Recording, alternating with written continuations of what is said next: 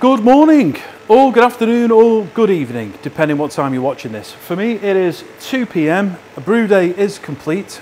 Episode 101, no less. You lucky people.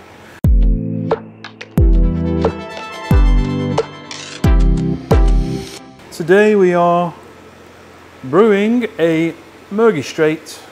Actually, we're just transferring now. You might just see in there if you look carefully. We're transferring in at 19.7 degrees from the tank, which is currently at about 78-ish. Hop stands completed, so that will be 8 casks of Murgy. This might be the last brew on this kit, I don't know. I suspect it probably won't be, because we've got some electrical work to do. So it's coming out of there about 78 through the heat exchanger in about 45 minutes. So when the new kit comes and I've got 2 or 3 times the wort, we're using the same heat exchanger, so unfortunately we can't fill it any quicker. It's just going to be 3 times as long, unless we add some plates to this. And as you can see, 19 plates there. There's some length on these threaded bars here for us to add another plate pack to it, which should give us twice the efficiency? Don't know, not done the maths.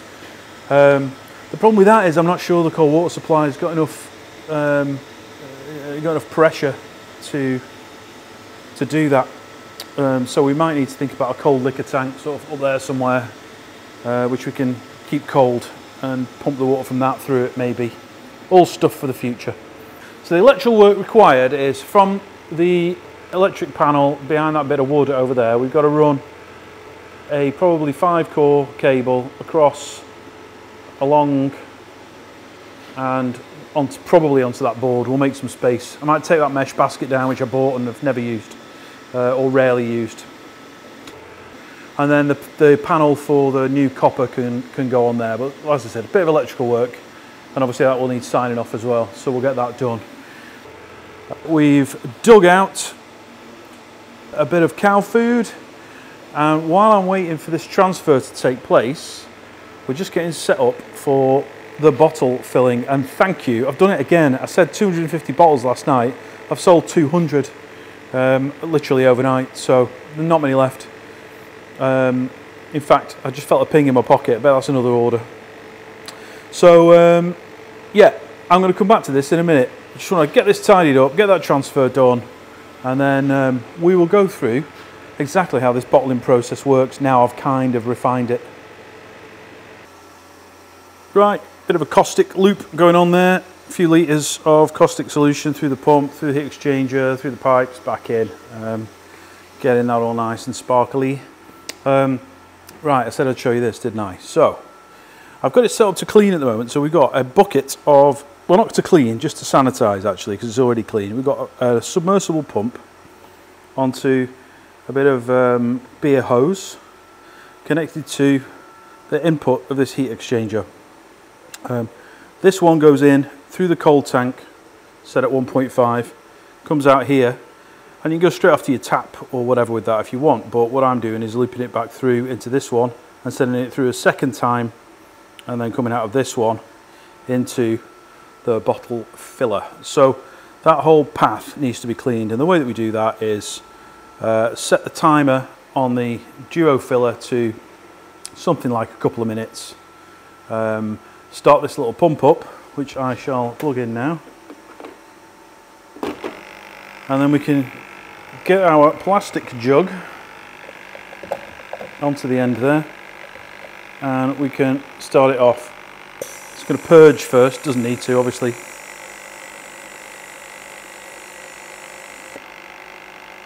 No, wrong one's connected.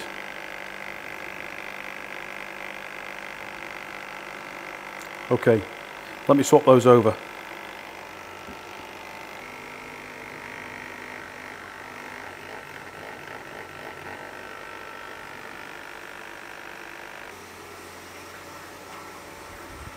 Right, where's my temperature gauge? Right, I know you like the mess ups. So, yeah, right, so in there out of there, or in there, out of there, or in there, out of there. So looping it through twice, great idea. So I've had this running all day while I've been brewing, and it's frozen solid inside. And what I forgot was there was sanitizer in the pipes.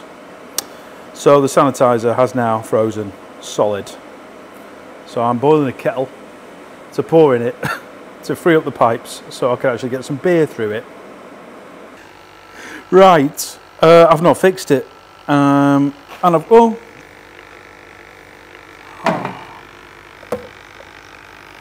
Jesus. Right. Okay, I've not fixed it, but I found another way. So that's frozen to there, and that's frozen to there, but this one works. So, oops, switched off now. The hot water did absolutely nothing. It thawed out the block of ice, but it didn't free it up, so it's obviously inside the pipes. Anyway, so submersible pump in the bucket, sanitizer through the hose, in there, out of there, up into the machine, and then into this handy jug arrangement. So if I press the button,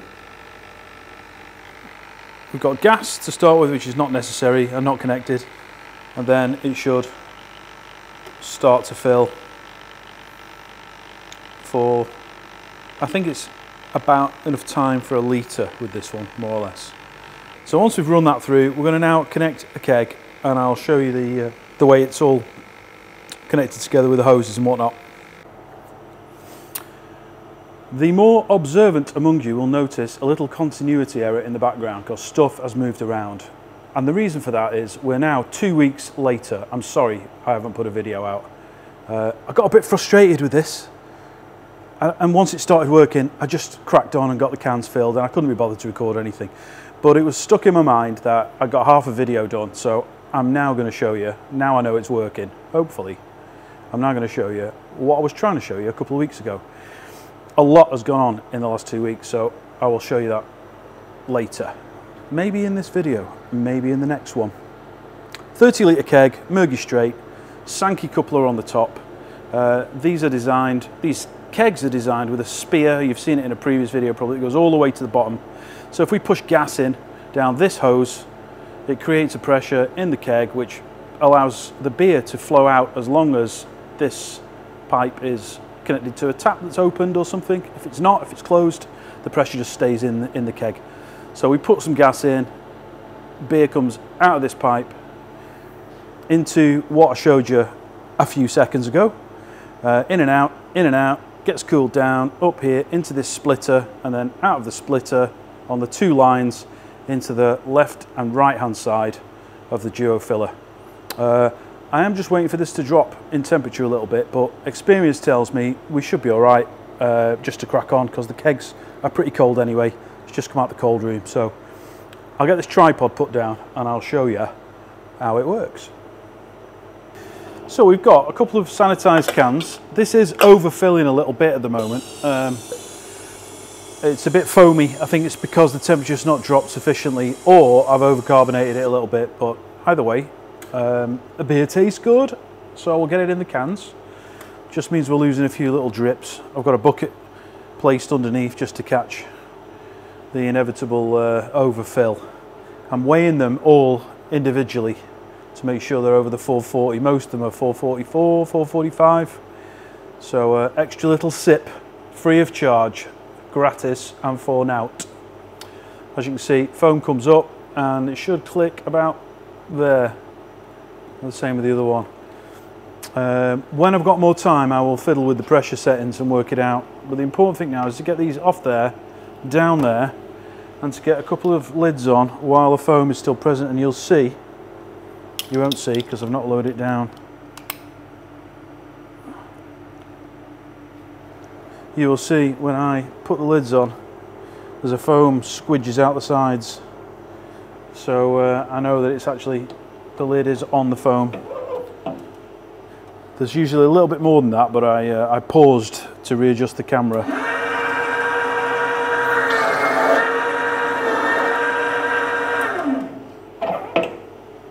So down here is a bucket of half a box of cans in sanitizer, so they get a little swish in there, and I put them on there, then I fill them on there, then I seam them on there, then I put them on there, and then we label them, but not today because the labels have been delivered to Simon across the way.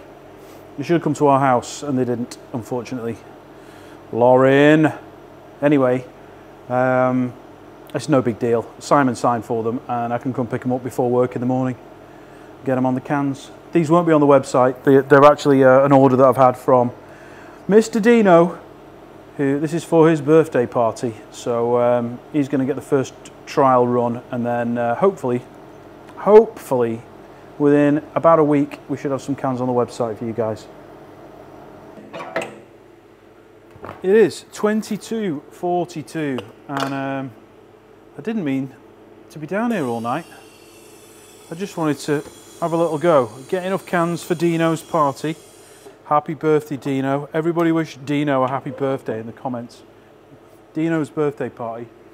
I nearly wants a case, but I've done 10 cases. It's kind of therapeutic filling these cans, I've got to say. It wasn't to start with.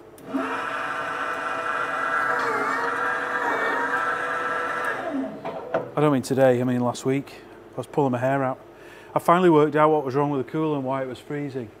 And I didn't work it out by myself. I worked it out kind of by accident because I was watching Dylan's video. If you don't follow Dylan, you should. If you like my stuff, you might like his. I'll put his details on the screen. Anyway, Dylan bought a new agitator pump for his line cooler. And I took the agitator pump out of my line cooler. So there's nothing agitating the liquid inside it, so it's freezing solid. And there's no glycol in it either. So I do need something just to keep that liquid moving. I think I'm going to have to get one. So I'll probably go to the same place that he went to.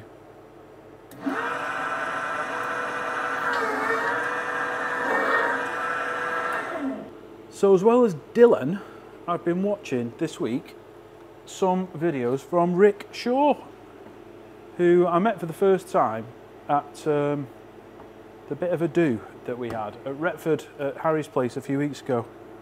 And what a lovely man. And so incredibly passionate and enthusiastic about brewing.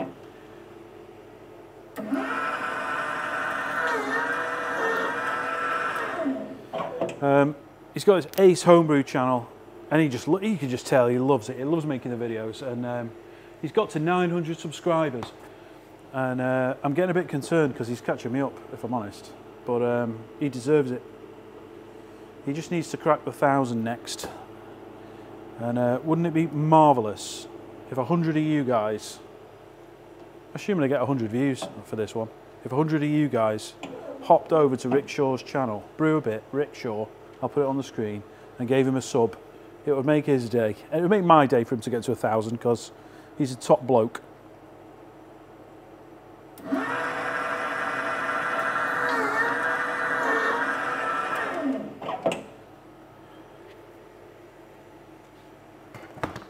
That's another box full. 10 full boxes. Right, and I've still got a good chunk of that keg left, I think. Might as well crack on, haven't we? Get the rest of it done. It's a bit late for being at the brewery, but I have my reasons. I needed to get all these done because it is Dino's birthday and he wanted some beer. And once I started, I just couldn't stop. I only wanted one case, but by the time I've set up the bottle filler, I might as well just crack on and do it. So all the kegged Murgy that we have is now safely in cans. That looks like 1, 2, 3, 4, 5, 6, 7, 8, 9, 10, 11 plus 6 cans on top. That was, I think, is that 3.5 or 4.5 kegs? I'll have to work it out later, but yeah. So once the labels are located, I'll get them on the cans and we'll stick them on the website. Be a few days, I guess, maybe a bit longer. Just give the Duofiller a bit of a clean. Need to wipe it down on the outside. Internally now it's clean, all the lines have been cleaned, so that's all good as well. And that's the cans that I bought 600 cans, and that's all I've got left, plus lids. Here's my little labelling machine thing, which is manual, windy handle to wind the labels around.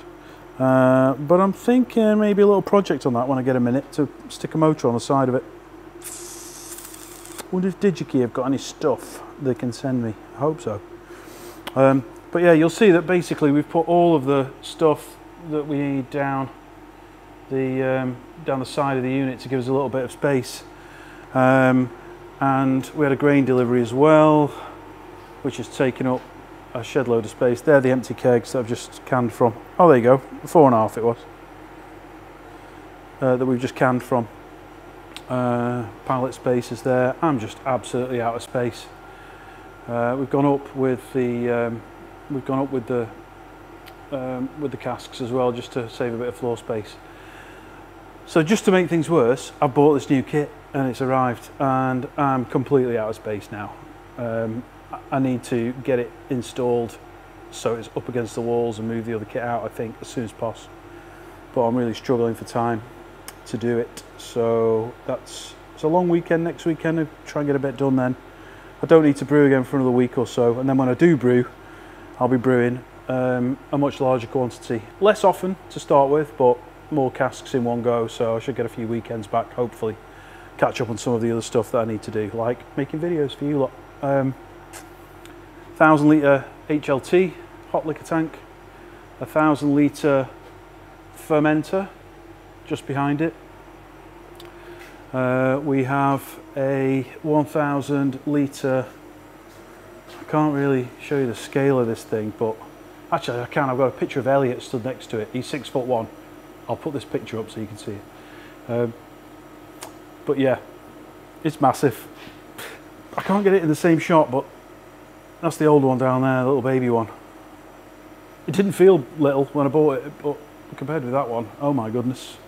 We'll come to that in a second. Mash tun, I think 700 litres. I can't show you inside it because it's got all the stuff on top now, but it's got a nice doorway, a hinged doorway, so we can rake the grain out after we've mashed. Yesterday, Steve Taylor came round, Tay Brew Co, and we made a bit of a collaboration, a Halloween brew, and yeah. It is a Halloween brew, and we have created a monster, haven't we? Look at it, it's breathing. Do you think if I hit it with a stick, it'll stop? It's like the magic porridge pot when you were a kid, that book, if you remember. It'll be on the news tomorrow. Bubbling, frothing yeast running down the streets of Middlewich. Oh dear. I don't know what to do with that now. Look at that tiny little pointless homebrew airlock that I thought would be big enough for the job. Plonker. Never mind. It doesn't normally do that. In fact, it's never done that. This beer's a bit higher ABV, a bit higher starting gravity than usual, so the yeast obviously will love it in there. Anyway, so yeah, apologies, no video for a couple of weeks previously. I'll try and catch up, but for now, enjoy your week.